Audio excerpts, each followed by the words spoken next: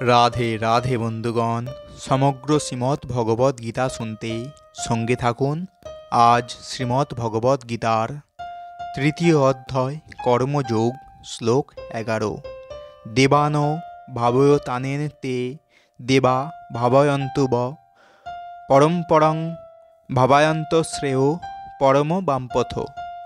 অর্থাৎ, তোমাদের যজ্ঞ অনুষ্ঠানে প্রীত হয়ে দেবতারা তোমাদের প্রীতি সাধন করবেন।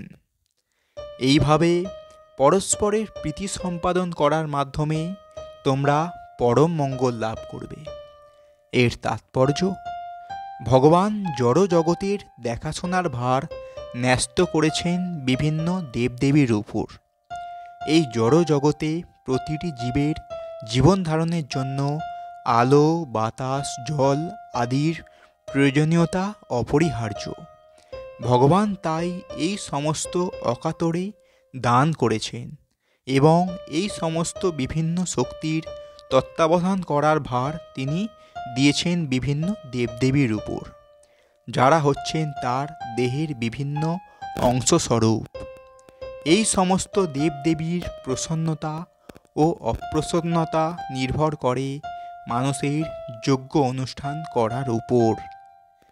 ভিন্ন ভিন্ন যজ্ঞ ভিন্ন ভিন্ন দেবদেবীর তুষ্টি সাধনের জন্য অনুষ্ঠিত হয়, কিন্তু তা হলেও সমস্ত যজ্ঞের যজ্ঞপতি এবং পরম ভোক্তারূপে শ্রীবিষ্ণুর আরাধনা করা হয়।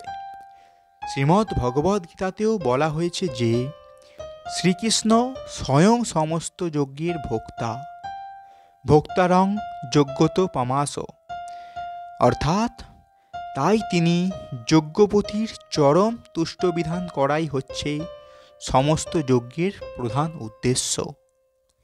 এই সমস্ত যজ্ঞগুলি যখন সুচারুরূপে অনুষ্ঠিত হয়, তখন বিভিন্ন বিভাগীয় প্রধান দেবদেবীরা সন্তুষ্ট হয়ে প্রচুর পরিমাণে প্রাকৃতিক ঐশ্বর্য দান করেন এবং মানুষের তখন আর কোনো অভাব থাকে না।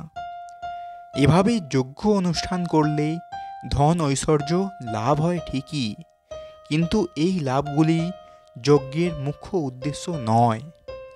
যজ্ঞের মুখ্য উদ্দেশ্য হচ্ছে জড় বন্ধন থেকে মুক্ত হওয়া। যজ্ঞপতি বিষ্ণু যখন প্রীত হন, তখন তিনি জীবকে মায়ার বন্ধন থেকে মুক্ত করেন। যজ্ঞ অনুষ্ঠানের ফলে সব রকমের কার্যকলাপ পরিশুদ্ধ হয়। তাই বেদে বলা হয়েছে, আহার শুদ্ধ সত্যশুদ্ধি, সত্যশুদ্ধ ধ্রুবা স্মৃতি, স্মৃতিলব্ধে সর্বগ্রহীণং বিপ্রমোক্ষ। অর্থাৎ, যজ্ঞ অনুষ্ঠান করার ফলে খাদ্য সামগ্রী শুদ্ধ হয় এবং তা আহার করার ফলে জীবের সত্তা শুদ্ধ হয়। সত্তা শুদ্ধ হওয়ার ফলে স্মৃতি শুদ্ধ হয় এবং তখন সেই মোক্ষ লাভের পথ খুঁজে পায়।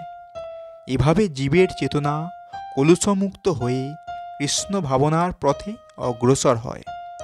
এই শুদ্ধ চেতনা সুপ্ত হয়ে গেছে বলেই আজকের জগৎ এই রকম বিভ্রান্ত হয়ে পড়েছে।